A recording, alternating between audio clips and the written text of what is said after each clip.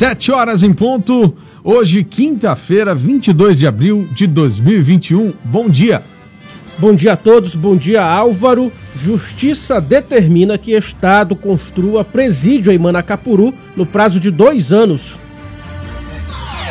Novo lote da vacina AstraZeneca completa esquema vacinal para idosos acima de 75 anos. E mais, no Amazonas, viaduto milionário começa a apresentar problemas com menos de 1 ano de uso.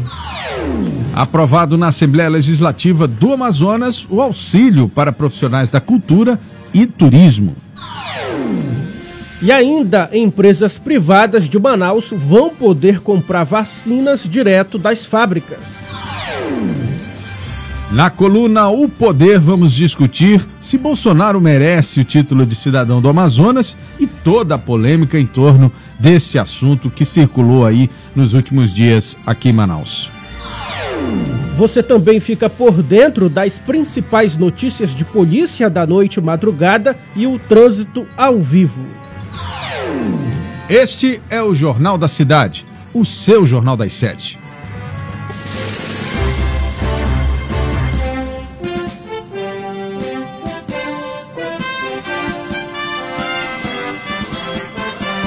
As notícias da cidade de Manaus.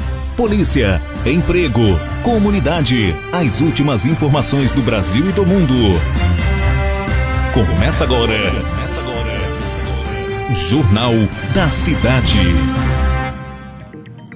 7 horas, 2 minutos em Manaus. Agora vamos conferir as manchetes dos principais jornais do país. A gente começa com o estado de São Paulo, que traz em sua manchete principal: Brasil pedirá verba contra desmate sem usar bilhões parados. Dinheiro do Fundo Amazônia, doado por Noruega e Alemanha, continua no caixa. Na cúpula do clima organizada pelos Estados Unidos e que começa hoje, o Brasil deve pedir 1 bilhão para o combate ao desmatamento, apesar de ter há mais de 2 anos 2,9 bilhões no Fundo da Amazônia doados por Noruega e Alemanha. Médico olavista ganha espaço na saúde e busca nova cloroquina. Embora tenha entrado na lista de demissões do ministro da Saúde, Marcelo Queiroga, o médico Hélio Angorti Neto tem obtido espaço ao tentar emplacar como bandeira do governo outro remédio como a cloroquina. Mortes sem elo direto com Covid superam 55 mil o previsto. O Brasil teve 275 mil mortes, além do previsto em 2020, das quais 220 mil foram causadas por Covid. Há 55 mil vítimas que morreram a mais em decorrência de outras doenças. Temos também aqui, corte de salário e jornadas deve atingir 5 milhões. Nova etapa do programa de manutenção de empregos deve permitir até 5 milhões de acordos para redução de jornada e salário entre 25%, 50% e 70% por até 4 meses ou suspensão de contrato de trabalho. Essas foram as manchetes do estado de São Paulo de hoje. Agora vamos conferir os destaques do jornal o Globo, aqui na capa. Na contramão, países levam novas metas à cúpula do clima e Brasil vai pedir dinheiro. É a manchete principal. Bola está com os brasileiros, diz ex-embaixador dos Estados Unidos sobre exigências de Biden para negociar. Diante de líderes de 25 países da União Europeia, dos quais vários anunciarão metas mais ambiciosas de cortes de emissões até 2030. Na cúpula do clima, que começa hoje, o presidente Bolsonaro vai pedir dinheiro às nações ricas para manter o desmatamento. E também, Brasil estaciona em pico de 2.800 mortos ao dia em média. Com quase 3 mil óbitos diários por Covid-19 nas últimas 2 semanas, o país vive um fenômeno similar ao de maio do ano passado, informa Rafael Garcia. E também aqui entre os destaques na capa do jornal o Globo, Câmara do Rio prepara a cassação de Dr. Jairinho. O Conselho de Ética da Câmara do Rio entrega na segunda-feira relatório que pode levar à cassação do vereador Jairinho, preso sob suspeita da morte do enteado Henri Borel, de 4 anos. A expectativa é que decisão de abrir o processo contra o político que está preso seja unânime. Esses são os destaques aqui na capa do jornal O Globo. 7h05. Vamos agora a Minas Gerais com o jornal Estado de Minas, que traz na sua manchete principal: BH, Belo Horizonte, o desafio de recomeçar sem aglomerações. Com um olho na economia e outro nos índices da Covid-19, capital inicia hoje mais uma flexibilização. De um lado, o alívio dos comerciantes que vão finalmente poder abrir suas lojas depois de um longo período fechadas ou sob restrições. Do outro, o medo sempre presente de uma nova onda de disseminação do coronavírus. Temos aí também destruição e morte no bairro Buritis, lá em Belo Horizonte. Um caminhão sem controle destruiu parte da fachada de um centro comercial em um dos principais pontos da grande movimentação do bairro Buritis, na região oeste de BH, matando na hora o motorista e deixando um pedestre ferido. O acidente foi no final da tarde de ontem. Calil vacinado, o prefeito de BH aproveitou ontem o feriado para receber a primeira aplicação da vacina contra a Covid-19. Ele foi imunizado com a fórmula da AstraZeneca no posto montado na Secretaria Municipal de Educação no bairro Santo Antônio, lá em Belo Horizonte. Galo só empata na Venezuela depois de sair atrás no placar no primeiro tempo contra um campeão venezuelano que se mostrou limitado. O Galo chegou ao empate em 1-1 com o Zaraco, eu acho. Acho que é esse o nome do time lá. Esses foram os destaques do Estado de Minas de hoje. Muito bem, Álvaro. Antes de passar aqui para os destaques do jornal 0 Hora, eu vou ler mais 2 aqui do jornal Globo. Atrasada, vacinação de grupos prioritários só deve acabar em setembro. A previsão dada ontem pelo Ministério da Saúde traz um atraso de 4 meses em relação ao que Eduardo Pazuello havia anunciado. Segundo Marcelo Queiroga, lentidão dos fornecedores atrapalha a agenda. E também CPI reúne munição e Flávio Bolsonaro fala em virar o jogo. Oposicionistas reúnem material para a CPI da Covid, mas senador ainda vê saída com decisão judicial ou desistências de nomes. Agora eu passo aqui para os destaques do jornal 0 Hora, e aqui na capa traz como manchete principal: após vacinação cai proporção de idosos entre vítimas da Covid no RS, no Rio Grande do Sul, né? O percentual de mortos com mais de 80 anos, uma das primeiras faixas que foram atendidas no estado pela campanha de imunização, diminuiu 41% entre março e abril, em comparação com os primeiros 30 dias de distribuição das doses aos municípios. E também, acordo do orçamento assegura emendas com despesa recorde. Incêndio em cadeia de terra indígena mata 4 em Ronda Alta. Vereador da capital acumula salários da Câmara e da SUSEP.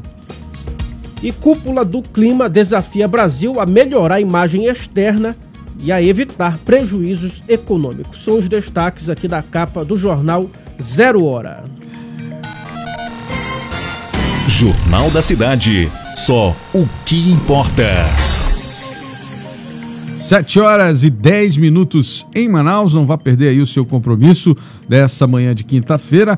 E a gente começa agora falando dos destaques do Correio Brasiliense, que traz aqui na sua manchete principal: pressionado, Bolsonaro pede socorro ambiental. Em meio a um descrédito em escala global, o presidente Jair Bolsonaro tentará mostrar ao mundo hoje que o Brasil está comprometido com a agenda ambiental do século XXI. O governo editará medidas provisórias para liberar ao menos 15 bilhões a empresas. o presidente Jair Bolsonaro sanciona mudanças na lei de diretrizes orçamentárias e abre o espaço para mais gastos fora da regra fiscal. Hoje é o prazo final para o orçamento de 2021. Homenagem à nossa Brasília. Para celebrar o aniversário de 61 anos da capital federal, brasilienses decidiram sair de casa para aproveitar os espaços livres. Houve aglomeração em alguns pontos de máscaras e em local aberto. O casal Graciele Jefferson de Brasilândia fez um piquenique lá no Parque da Cidade. Temos aqui também, Brasília cobra 80 mil doses de vacina. Governador Ibanez espera resposta do Ministério da Saúde sobre remessa de imunizantes ainda nesta semana. O lote será destinado às faixas de 62 e 63 anos e também ao início da campanha para professores. Distrito Federal sob risco de variante de Manaus. Estudo da UNB e do LACEN mostra que Brasília, as 5 cepas com predominância da mutação vinda da região norte. Tem também o desafio de manter viva a identidade. Dinamantuxá e Braúna Baniwa deixaram suas terras para estudar em Brasília e lutam diariamente contra a discriminação. Aí uma matéria falando dos indígenas se aventurando aí pelo estudo, pelo conhecimento lá na capital federal. São 7h12. Vamos agora às manchetes do seu jornal A Crítica de hoje, que traz os seguintes destaques. Menina de 15 anos é assassinada a tiros. Prazo de validade, imunização anti-Covid. Justiça determina vistoria em vacinas. Magistrada federal quer saber se o Amazonas tem doses de imunizantes perto do vencimento. Mobilização para salvar o gigante. No Dia da Terra, reportagem da Crítica mostra a história de vizinhos do Igarapé que dão exemplo de atitude de preservação e de ações coletivas na recuperação de suas águas. Aí um belo material focado aí na questão ambiental. Bolsonaro, entidades repudiam homenagens. Mais de 100 movimentos sociais publicaram nota de repúdio ao título de cidadão amazonense. Turismo depende da vacinação. Ministro Gilson Machado avalia que o Amazonas será um dos destinos mais procurados na pós-pandemia. Biden fará pressão em poluidores. Na cúpula do clima nos Estados Unidos vão pressionar países por medidas mais ambiciosas contra o aquecimento global. E tem também, hoje tem mais, Barezão 2021. Ontem, uma das partidas de ida das quartas de final, o Manaus venceu o JC por 2-0. A gente vai conversar também com o Carlos Eduardo Souza sobre isso. E Filarmônica do Amazonas volta aos palcos. O grupo realiza hoje a primeira apresentação do ano em live dos corpos artísticos da cultura do estado do Amazonas. São 7h13.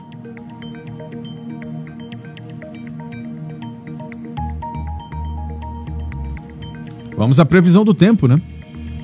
A previsão... O tempo hoje. A previsão para hoje, de acordo com o Instituto Climatempo, é de sol com algumas nuvens, chove rápido durante o dia e a noite, mínima de 22 graus e máxima de 33 graus.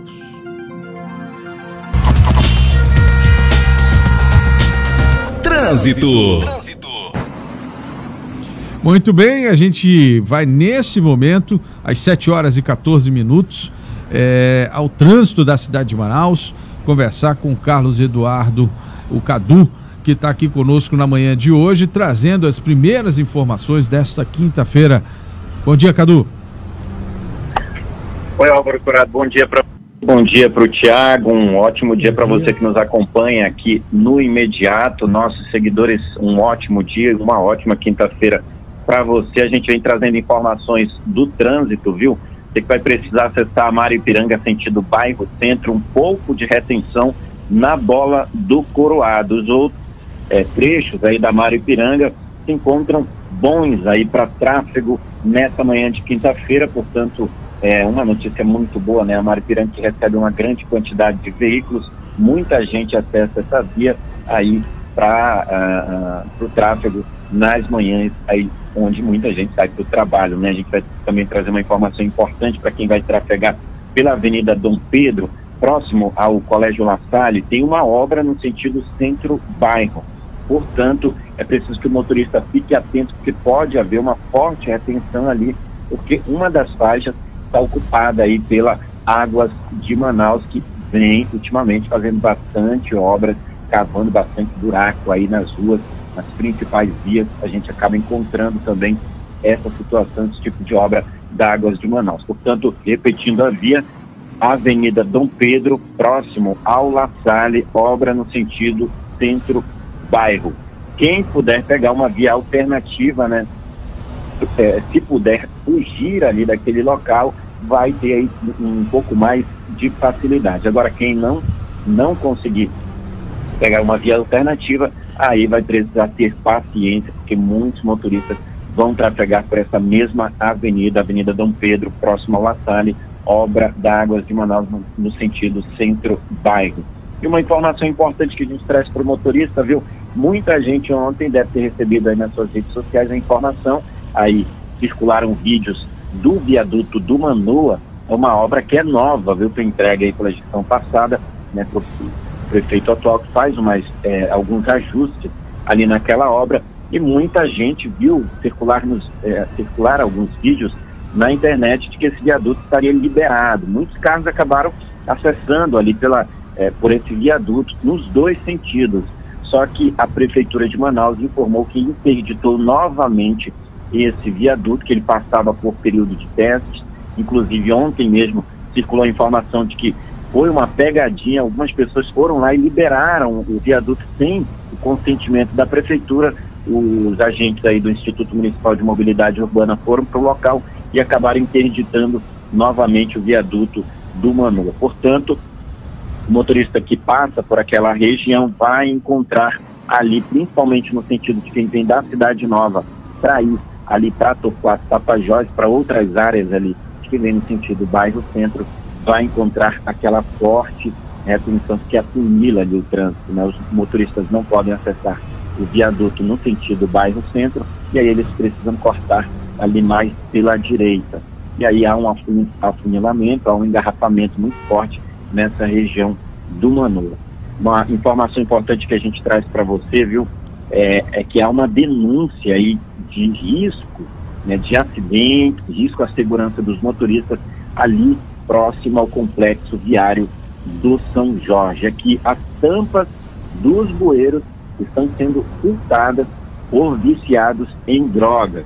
Na manhã desta quarta-feira, a equipe do Imediato foi até o local, atendendo uma solicitação dos moradores ali daquela região.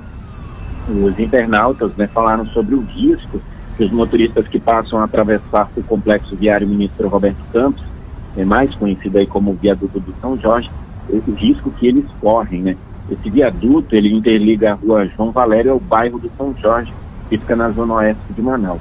O viaduto ele foi inaugurado no dia 29 de junho do ano passado. O complexo viário facilitou muito a vida de quem trafega ali por aquela área. Só que muitos motoristas já tiveram prejuízos ali com seus carros, inclusive alguns tendo até o pneu furado ao passarem, né, nesses pontos onde há ausência das tampas dos bueiros. Os carros caem ali naquele buraco e aí não tem pneu que aguente, né? Onde deveria ter as tampas de ferro cobrindo o bueiro, acaba ficando um buraco. Um total aí de 8 principais tampas. Desse total de 8 tampas, o que resta são 3 tampas apenas. Portanto, já teriam sido furtadas aí um total de 5 tampas de bueiros ali naquela região do São Jorge. Segundo alguns moradores próximos, e isso acontece porque usuários de drogas, viciados em drogas, acabam retirando essas tampas para venderem, né, esse ferro e aí pegarem trocado para ir, né, continuar, né, sustentando o vício. Essa demanda, Álvaro, ela foi enviada à Secretaria Municipal de Infraestrutura, a CENINFE, para que haja aí a providência com respeito a essa situação. Volto com você.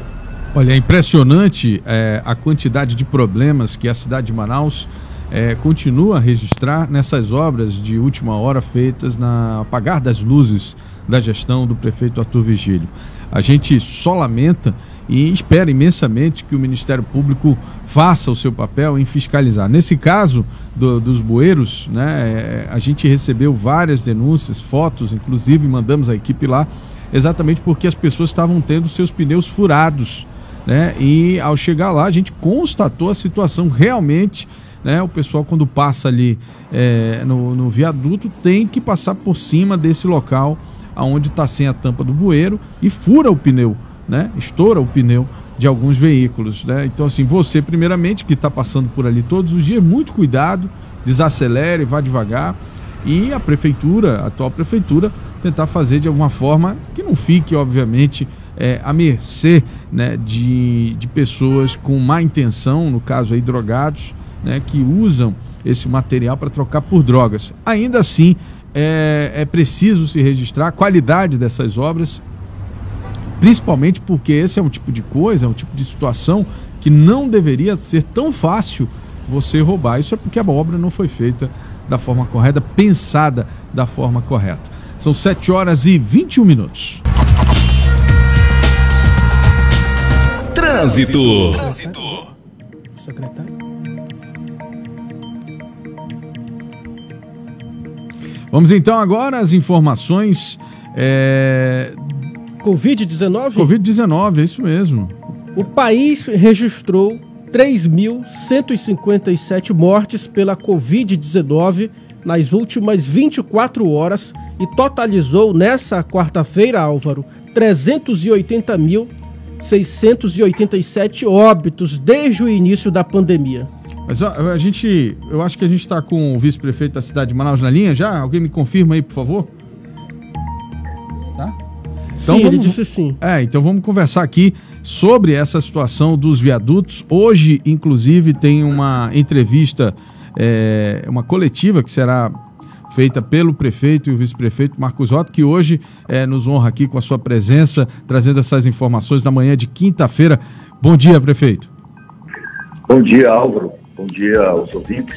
Prazer estar falando com vocês.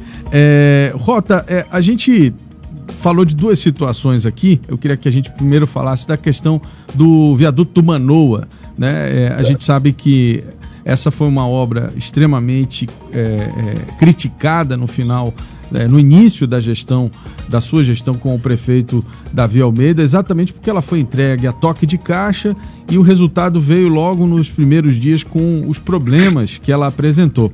E aí o CREA foi convocado a pedido da prefeitura para fazer uma avaliação, fez um laudo, se iniciou um trabalho de recuperação e a gente queria saber em que ponto está e como está essa obra tão importante ali para o pessoal da Zona Norte.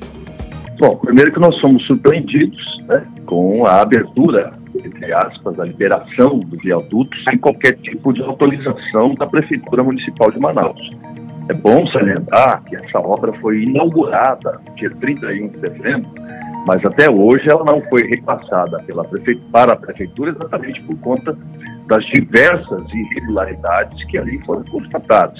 O viaduto virou motivo de chacota, de meme, exatamente por causa da sua péssima e irresponsável execução. Então nós nos acautelamos, chamamos o CREA confeccionou um laudo. Esse laudo foi depois compartilhado com o Tribunal de Contas e com a Prefeitura. E nós temos uma posição unificada, tanto o CREA quanto a Prefeitura, através da CEMIF, e o Tribunal de Contas do Estado, de que o consórcio precisa seguir todas as recomendações estipuladas pelo laudo isento e apartidário do CREA. E o que nos causou surpresa, Álvaro, foi que o consórcio responsável pela execução do viaduto, ele assinou uma ata se comprometendo a fazer os reparos elencados por esse laudo do CREA. E agora vem se negando a cumprir aquilo que o próprio consórcio assinou em ata. Eles estão na obrigação de fazer o prolongamento ali da cabeceira da pista no sentido bairro centro, da mesma forma que fizeram no sentido inverso, né? Então, hoje nós vamos em campo, o prefeito vai acompanhar. Isso é grave, hein? Juntamente isso é grave. com o tribunal, isso é muito grave. Nós estamos levando em mãos, eu vou dar em primeira mão aí para você, a notificação da Prefeitura Municipal de Manaus ao consórcio, para que cumpra aquilo que o próprio consórcio assinou em ata. E nós vamos disponibilizar, inclusive, para a imprensa e para a sociedade, de uma maneira geral, o que o consórcio assinou, aquilo que ele está, nesse momento, se negando a honrar. Eu fico muito triste, porque são empresas tradicionais. Tradicionais, é verdade, tradicionais. Estão levando por um lado muito perigoso para as empresas, porque a prefeitura tem poderes legais para transformar, inclusive, essas empresas em empresas inidôneas. Espero que o bom senso prevaleça e que essa posição aí muito política, né, tomada pela empresa, ela não perdure e ela honre o seu compromisso e, principalmente, que o seu Nasser honre a assinatura dele que está em ato. Agora, a gente está falando aqui da empresa J. Nasser, né? E uma outra empresa que agora me fugiu o nome, se eu puder lembrar aqui. A Soma, exatamente. São duas empresas que já têm atuação na cidade e, assim, nos assusta, né? Mas, ao mesmo tempo, não nos surpreende por conta exatamente do momento em que, e eu confesso aqui, quando vi o problema da obra, quando eu vi os ônibus não conseguindo subir, a primeira pergunta, eu acho que eu lhe fiz essa pergunta numa outra entrevista, é se o município teria que pagar alguma coisa a mais. É porque, na verdade, a empresa está tendo que fazer esses ajustes sem qualquer dinheiro da prefeitura, não é isso? Nem um centavo será disponibilizado pela prefeitura, né? E talvez esse aí seja a questão. Existem regras contratuais que falam, inclusive, no conserto, na revitalização, e nesse caso aí, se fazer aquilo que a engenharia determina. Claro. Olha, Álvaro, que nós não somos engenheiros, né? Mas a olho nu você percebia que existem problemas a olho nu. Então, o que nós estamos tentando fazer é conscientizar a empresa de que ela precisa honrar o seu compromisso com a cidade, mesmo porque esse consórcio recebeu quase 50 milhões de reais para fazer uma obra que foi extremamente criticada pela cidade de Manaus, condenada pelos técnicos, pelos engenheiros, e houve uma série de recomendações, não apenas do CREA, mas também do Tribunal de Contas do Estado, que está fazendo uma investigação paralela também. E me parece que nada disso consegue sensibilizar o consórcio. Então, hoje o prefeito vai estar presente, vai mostrar que esse erro grotesco, desrespeitoso, de tentar jogar a cidade contra a prefeitura, isso não vai ter prolongamento, nós vamos cessar logo isso, e o prefeito vai mostrar que a cidade de Manaus hoje tem prefeito e tem autoridade. Perfeito. E a prefeitura está disposta a ir às últimas consequências, responsabilizar criminalmente? Iremos. Nós não podemos admitir o desrespeito, né, das empresas. Vamos apurar, inclusive, as responsabilidades para ver se foi só o seu J. Nasser que autorizou a liberação da via ou se a Soma também participou desta ação. E nós vamos chamar as empresas de suas responsabilidades. A prefeitura não vai ficar de braços cruzados olhando um desrespeito como esse e uma espécie de entrega a qualquer custo de um viaduto que ainda precisa sofrer reparos. Então, o viaduto já sofreu reparos determinados pelo CREA e pela prefeitura. Mas não foram todos, é isso? Não foram todos? Não. Entendi. Está faltando um prolongamento da cabeceira da pista para suavizar. Essa semana nós fizemos testes lá, inclusive com ônibus. Está com problema também na cabeceira, no sentido centro-bairro. E eles vão ter que fazer o que fizeram no sentido inverso, o mesmo procedimento ali. É isso que está faltando. Já foi sinalizado, que não estava, já colocaram os divisores de pista que constavam no projeto original, mas foi suprimido, não sei por quê. Então agora só falta um pequeno ajuste.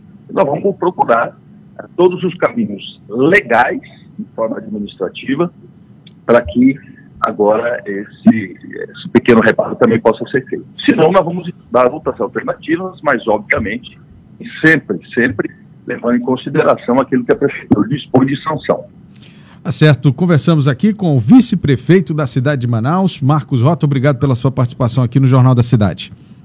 Obrigado para você, obrigado aos ouvintes, estou à disposição e espero que hoje a gente possa sair do viaduto já com uma boa notícia de resolução, né? As pessoas precisam entender que ninguém está acima da lei, ninguém é diferente de ninguém, todos nós somos regidos por regras e por leis.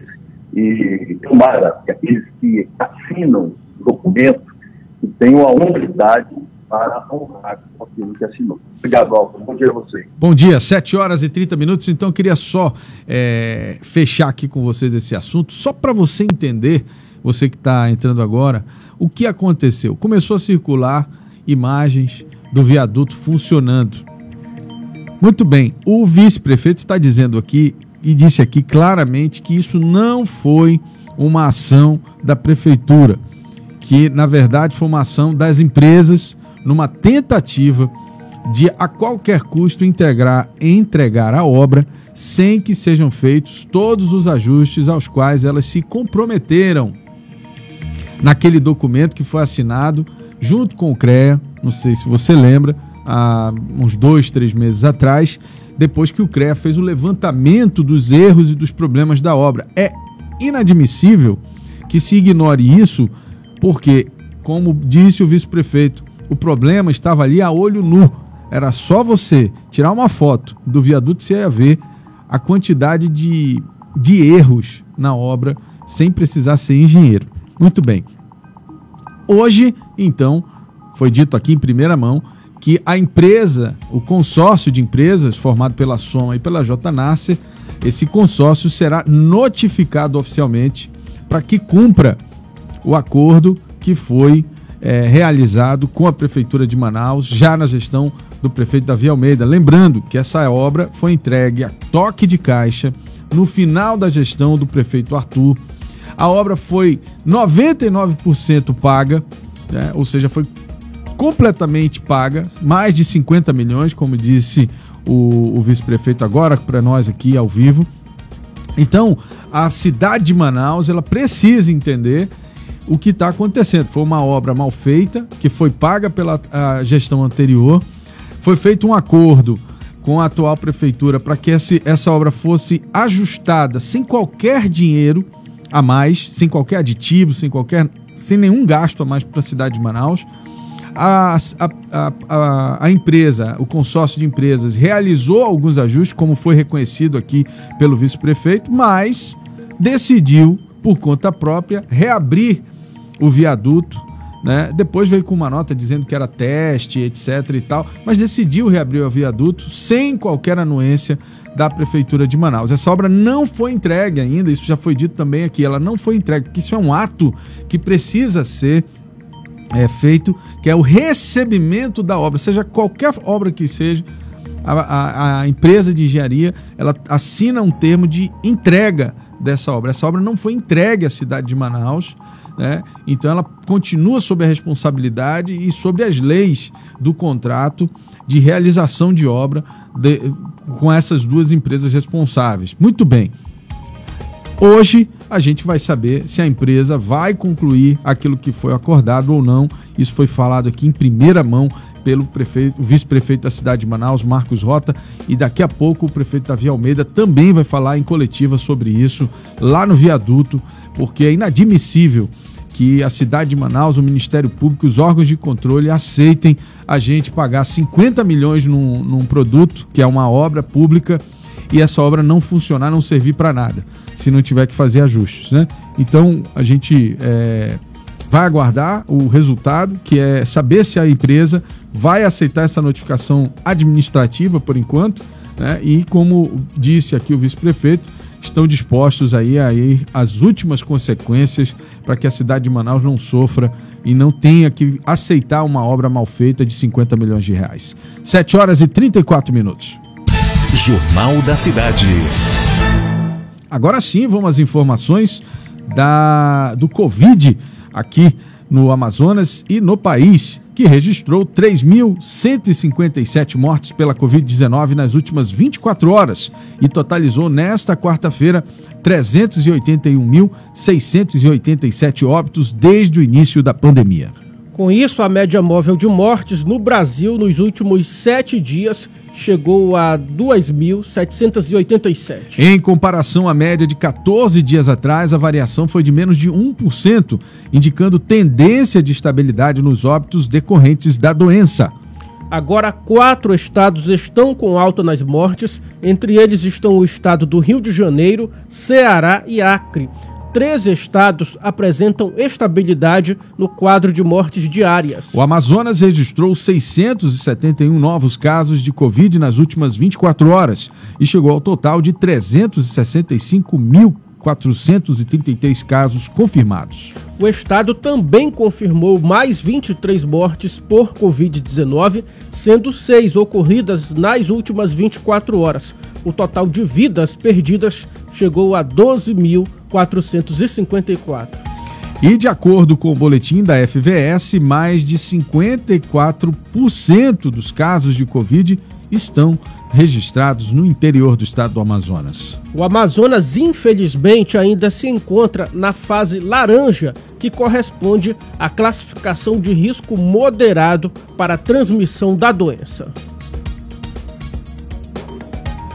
Continuar falando aqui sobre a pandemia no novo coronavírus, o balanço da vacinação contra a Covid-19 desta quarta-feira aponta que 38.470.541 pessoas já receberam as 2 doses da vacina contra a Covid-19. Os dados apontam que 13% da população brasileira já tomou a primeira, enquanto 5,17% dos brasileiros tomaram a segunda dose. Aqui na capital amazonense, mais de 411 mil pessoas já tomaram alguma dose do imunizante. No feriado, foram aplicadas mais de 7.000 doses da vacina aqui em Manaus. Os números constam no site Imuniza Manaus. O governo do Amazonas, por meio da Fundação de Vigilância em Saúde, ressalta a importância da procura pela segunda dose da vacina AstraZeneca pelos idosos. A nova remessa de 152.250 doses do imunizante entregue ao Amazonas na última sexta-feira completa o cronograma vacinal de pessoas acima de 75 anos que receberam a primeira dose entre janeiro e o início de fevereiro. Conforme a nota técnica da FVS, as doses da vacina AstraZeneca Fiocruz asseguram o quantitativo total da segunda dose para complementar o esquema das pessoas na faixa de 80 anos e mais, além das pessoas na faixa etária de 75 a 79 anos. O novo lote garante ainda a imunização de 37% das pessoas entre 70 e 74 anos vacinadas com a primeira dose da AstraZeneca.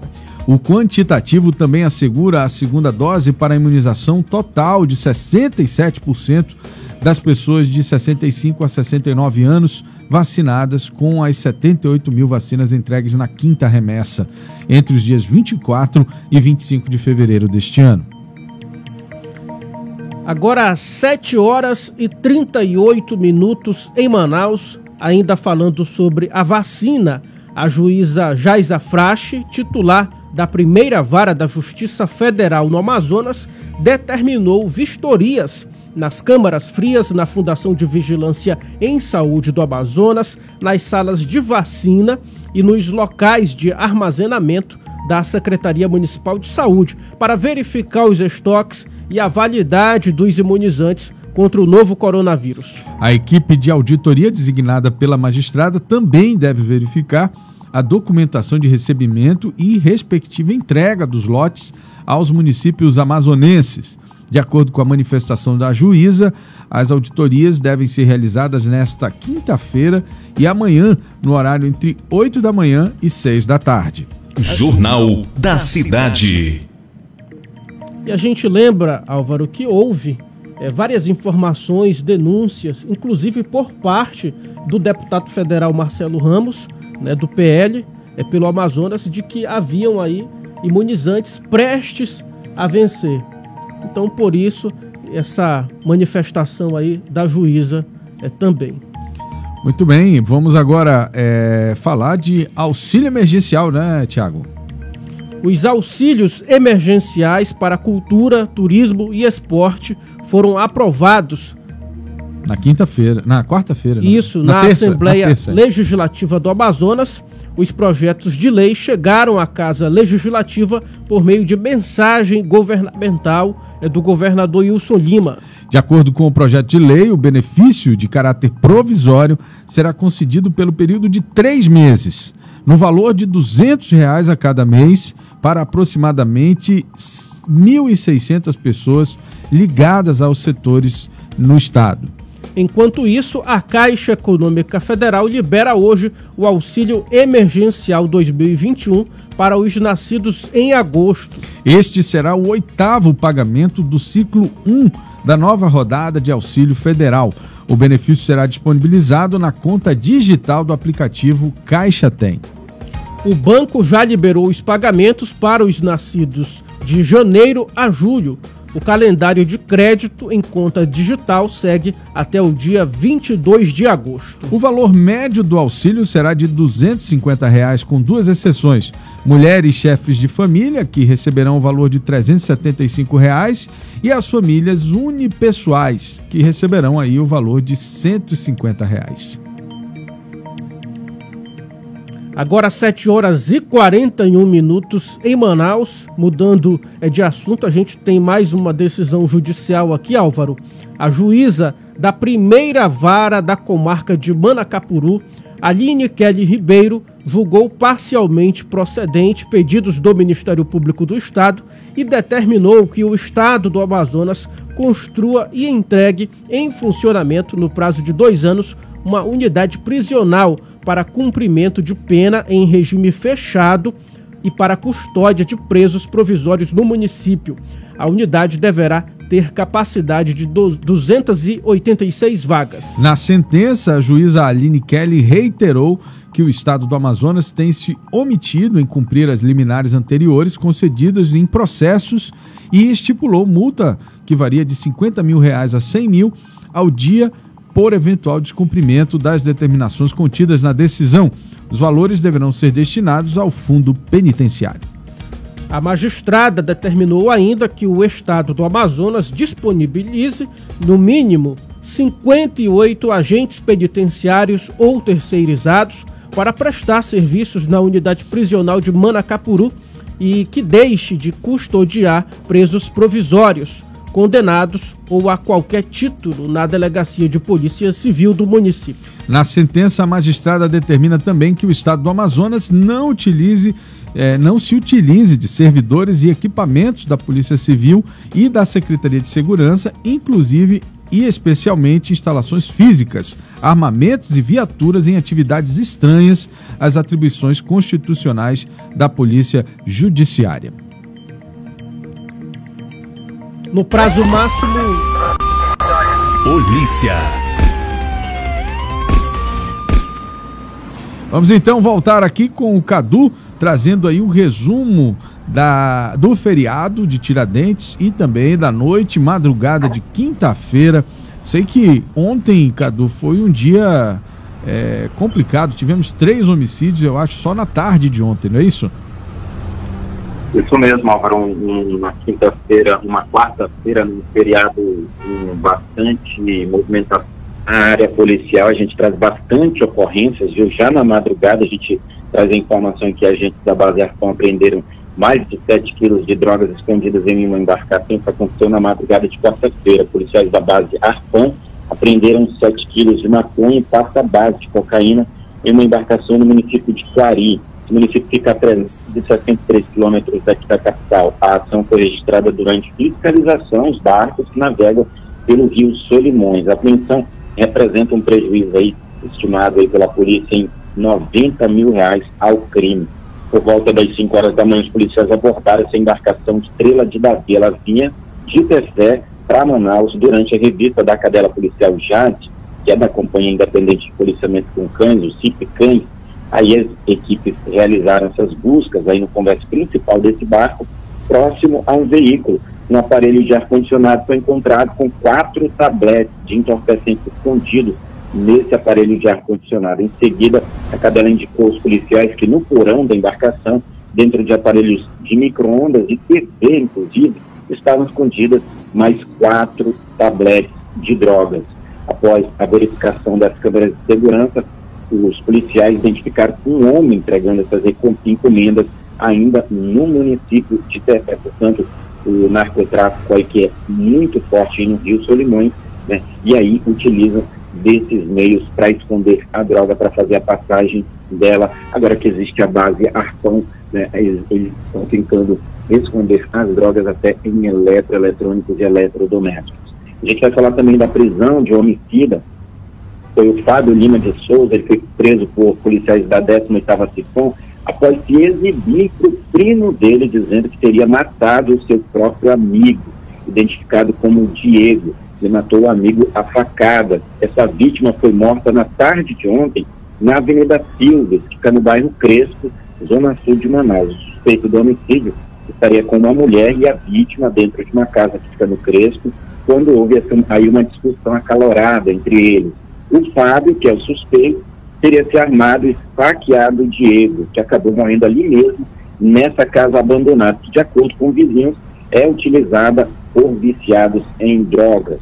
Após o crime, o Fábio foi para a rua São Gabriel, que fica no bairro Jesus Me Deu, onde ele acabou confessando para o primo. Ele foi se gabar lá para o primo dele, que teria cometido um homicídio, teria matado alguém. Após ouvir o que o Fábio disse, esse primo acabou acionando policiais que fizeram a prisão do acusado ainda em flagrante. Ele foi encaminhado para o primeiro DIP e deve ser levado na manhã de hoje para ser ouvido aí por um juiz em audiência de custódia.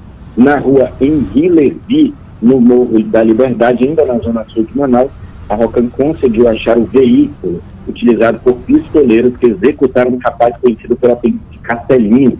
Esse crime foi na tarde de ontem em um parque aquático, um balneário que fica no Tarumã Sul, zona oeste de Manaus. Os policiais da Rocan, após o assassinato, conseguiram a placa do veículo. É um táxi Prisma branco, placa PHP 5386. Eles conseguiram esse veículo e aí realizaram incursões, aí foram atrás, né, de saber quem era o dono. Eles foram na casa do André Almeida de Aquino, a casa dele que fica na rua Henri Levi, no Morro da Liberdade. Esse homem acabou fugindo quando viu que os PMs estavam chegando, mas o carro foi apreendido e o André pode passar a ser procurado, pode passar a ser um foragido, dependendo aí da continuação das investigações.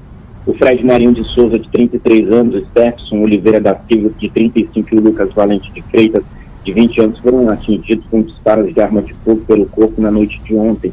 Isso aconteceu na rua 30, conjunto Amazonino Mendes, conhecido como Mutirão, no bairro Novo Aleixo, zona norte de Manaus. Segundo informações repassadas pela polícia, o trio estava sentado na calçada quando uma dupla, uma moto cor vermelha, passou pelo local e deu início aos disparos. Todos ainda chegaram a ser levados aí ao pronto-socorro Platão Araújo, onde o Fred acabou morrendo. Os outros 2 baleados não correm risco de morte, conforme apurou nossa equipe de reportagem. A gente traz uma última ocorrência também forte. Márcio de Souza, que era de 38 anos, foi assassinado com 3 tiros na noite dessa quarta-feira. Isso foi na rua Iemanjá, no Tancredo Neves, zona leste de Manaus. De acordo com informações repassadas por moradores da área, a vítima estava no local junto com um amigo quando homens armados chegaram no local em uma motocicleta, realizaram os disparos contra o Márcio e fugiram. O homem ainda chegou a ser levado ao hospital de pronto-socorro Platão Araújo, onde também não resistiu aos ferimentos. Portanto, crimes aí com essa característica que a gente sempre vem divulgando aqui: os homens em uma moto chegam, os pistoleiros executam um crime e fogem impunes. Tudo com envolvimento ao tráfico de droga. Infelizmente, pessoas jovens perdendo suas vidas por envolvimento com coisa errada. A gente só lamenta. São 7h49. Obrigado, Cadu. Pois é, Polícia. Pois é, e o Carlos Eduardo, ele falou logo no início do jornal sobre uma obra da Águas de Manaus, no bairro Dom Pedro, que está interditando metade da avenida principal do bairro, Álvaro. A empresa Águas de Manaus enviou uma nota informando que a situação relatada ocorre devido a uma manutenção de rede emergencial na rua Dom Pedro, que deve ser concluída ainda na manhã de hoje. Por causa dessa obra, o sistema que abastece ali os bairros Dom Pedro I e Dom Pedro II foi paralisado, segundo nota aqui da Águas de Manaus. Assim, algumas áreas da região podem apresentar oscilações no abastecimento de água. A previsão de normalização do abastecimento é de 4 horas após o término da intervenção. Para dúvidas ou qualquer reclamação, você pode entrar em contato pelo número 0800 092 0195, repetindo 0800 092 0195. E agora a gente vai falar de um caso inusitado e preocupante também, diante de tantas notícias de obras que são entregues e não funcionam. Aconteceu lá em Boa Vista, né, Tiago, o caso de uma pintura, uma arte que foi contratada pela prefeitura e que não durou 4 meses também, já não presta para mais nada, não é isso? Olha só, a arte gerou um custo de R$400 mil aos cofres públicos de Boa Vista e o artista informou que é raro a pintura desgastar em tão pouco tempo.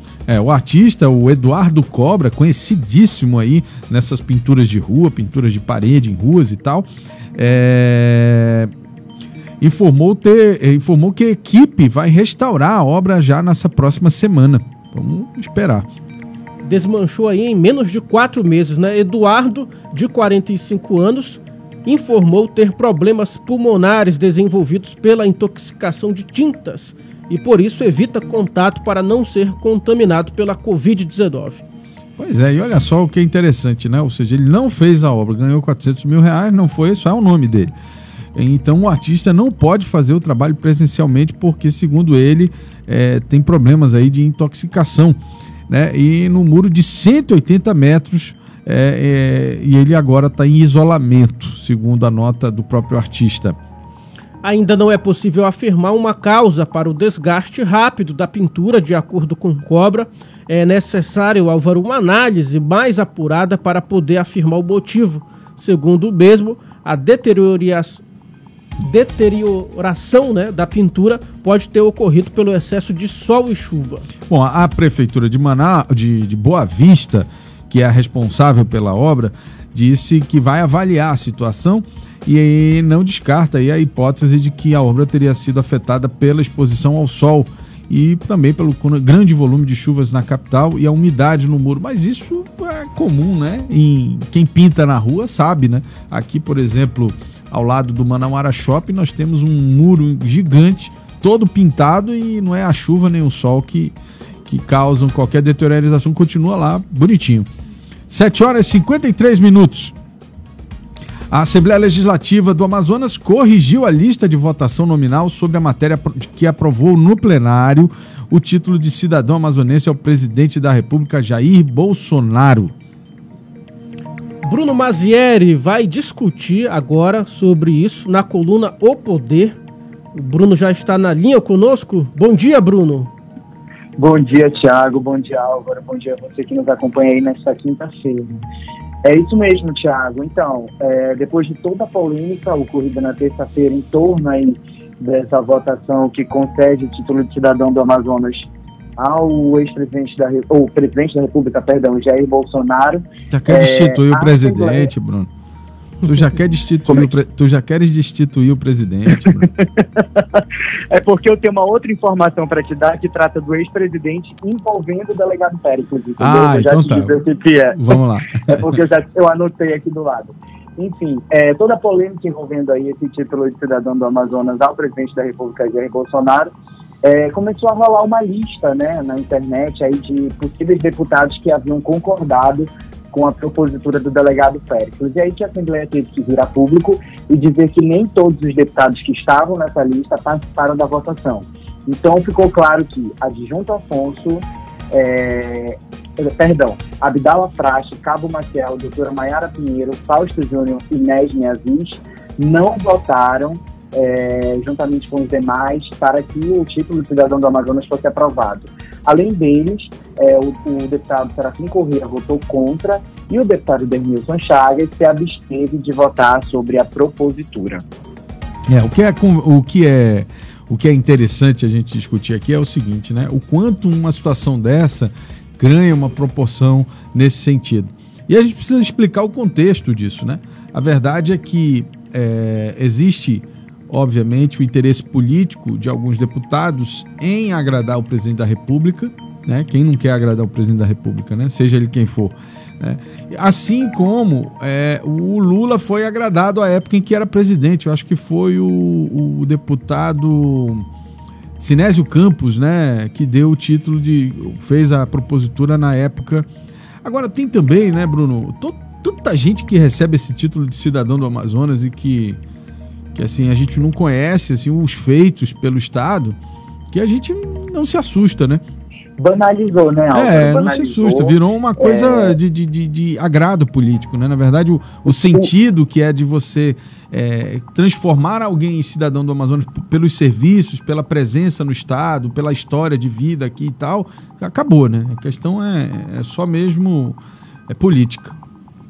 Na verdade, o que eu percebo muito, o que eu tenho percebido muito nos últimos anos com relação a essas comendas, medalhas e títulos, é que virou uma coisa banal. E que as pessoas fazem essas proposituras, nem levam mais em consideração o histórico da pessoa que vai receber. Ela quer agradar e, para isso, ela faz essa propositura. Mas olha que interessante, você falou ainda do ex-presidente Lula, e era isso que eu ia falar, por isso eu estava com o ex-presidente na cabeça. O delegado Péricles, em fevereiro de 2019, chegou a entrar com pedido na Assembleia Legislativa do Estado do Amazonas, pedindo que a revogação da Lei número 2.945, de 11 de março de 2005, e que concedia o título de cidadão do Amazonas ao ex-presidente Luiz Inácio Lula da Silva. Ou seja, lá em fevereiro de 2019, logo após assumir, né, como deputado estadual, ele pediu aí a revogação do título de cidadão do Amazonas do ex-presidente Lula e agora quer conceder o título de cidadão do Amazonas ao presidente Jair Bolsonaro, do qual ele compartilha das mesmas políticas, enfim, é forte apoiador, apesar de, né, namorar aí com o MDB do Eduardo Braga dentro da Assembleia Legislativa. Então, a gente já percebe que há uma dualidade aí. A gente não sabe até que ponto vai esse apoio do deputado delegado Péricles. Mas lá em 2019, ele pediu que fosse revogado o título de cidadão do Amazonas do ex-presidente Lula. A gente precisa entender que título é algo que é um reconhecimento, né? Por uma vida ou por uma história, né? Por exemplo, aqui a produção está me dizendo que o título que fez mais sucesso recentemente foi o do Vanderlei Andrade, que foi concedido pelo Davi Almeida, imagino eu, na época em que era deputado, presidente da casa, né? Então, você vê, nada contra o Vanderlei Andrade, mas, enfim, tem tantas outras pessoas, médicos, enfim, todos os outros profissionais que têm essa relevância toda. Mas voltando para a questão política, o que me assusta, né, é porque a polarização ela se mostra cada vez, ou continua cada vez mais forte, em virtude dessas duas correntes políticas que existem no país, né? Você acabou de citar o caso do Lula, né? A corrente bolsonarista tentou tirar o título dele, mas aí caíram as decisões, ele obviamente não tem por que perder o título, né? E agora, né, uma série de instituições, sindicatos, etc., assinam um documento condenando a indicação do atual presidente ao título de cidadão do Amazonas. Quer dizer, é preciso realmente se discutir um pouco mais sobre isso, né, e que se tenha um pouco mais de critério. Não estou dizendo aqui, não estou entrando nem no mérito se o Bolsonaro merece, se o Lula merece, etc. Mas a gente precisa critério. A gente não está questionando isso, tem que ter, né, critérios objetivos, né? Exatamente. De como está sendo usado, como estão sendo usadas as medalhas e títulos. Exato. Em torno de uma questão política, né? Olha, eu vou te dar outro dado interessante.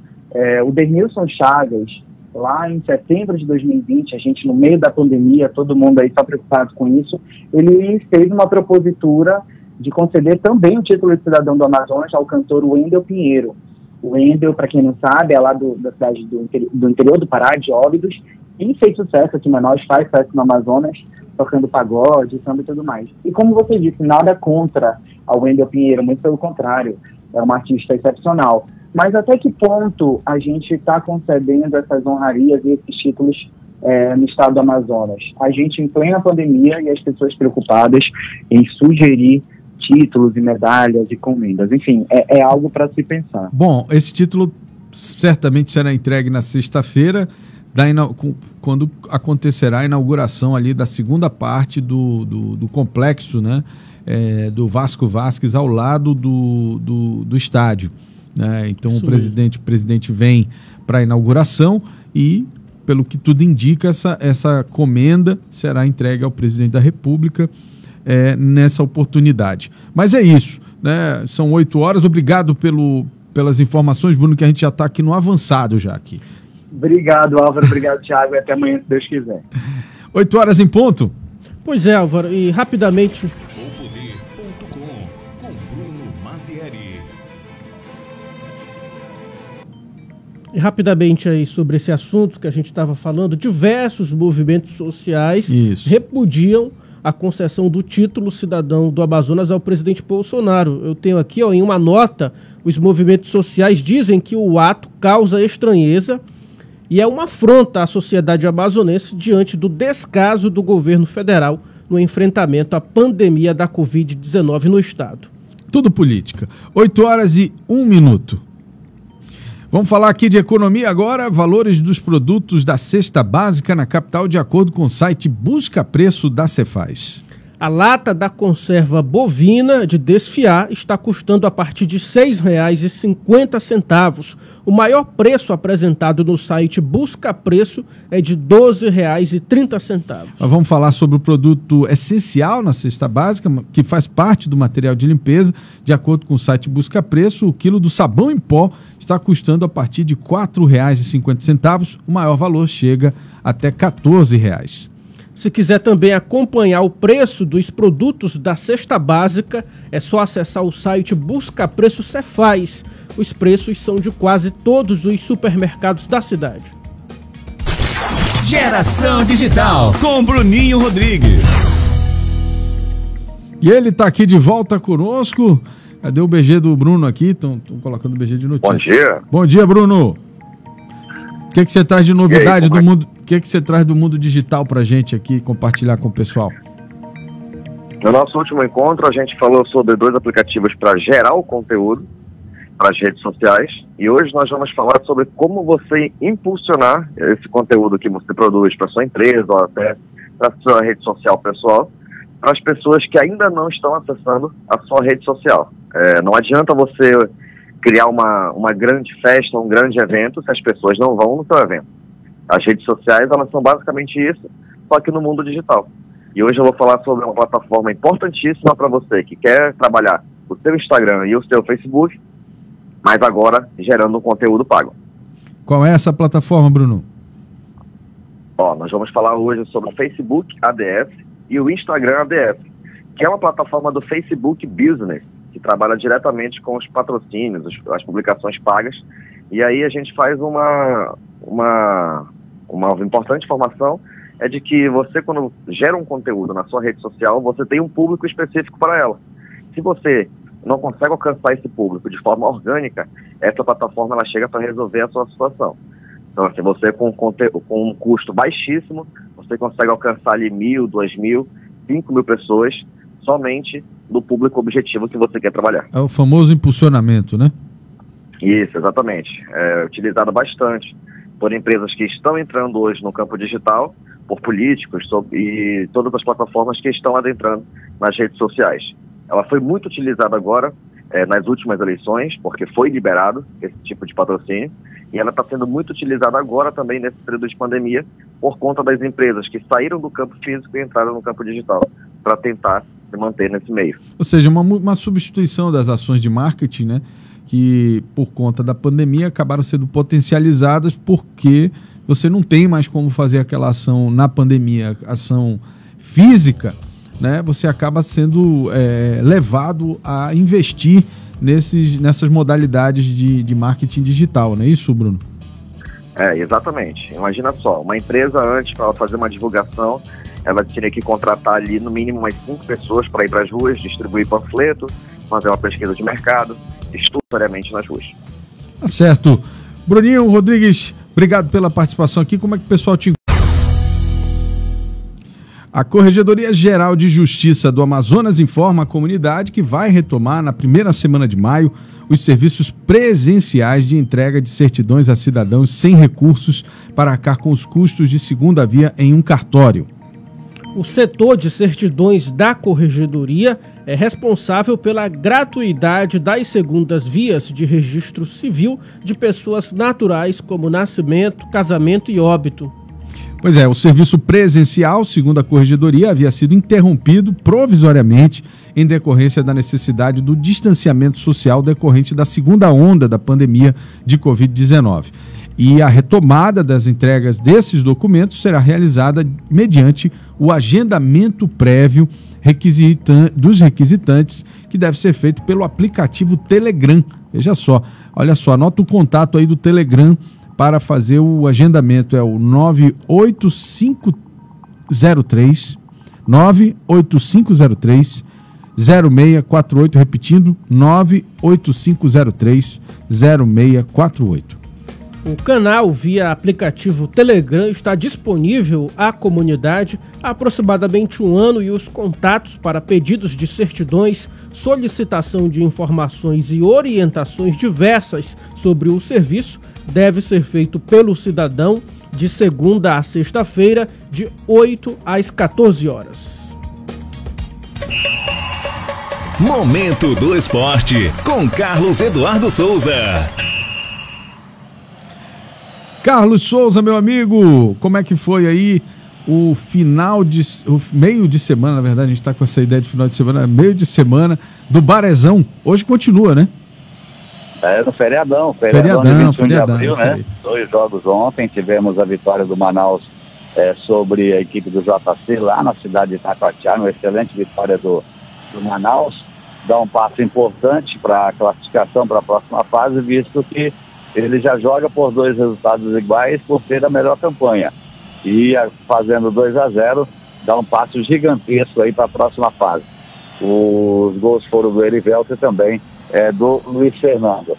Agora tivemos à noite uma vitória de virada da equipe do Amazonas, 2-1 em cima do São Raimundo. São Raimundo começou bem, perdeu um gol, aqueles quase que inacreditável, no final do primeiro tempo, e depois cedeu a virada aí para a equipe do Amazonas. O Amazonas também que joga por 2 resultados iguais contra a equipe de São Raimundo.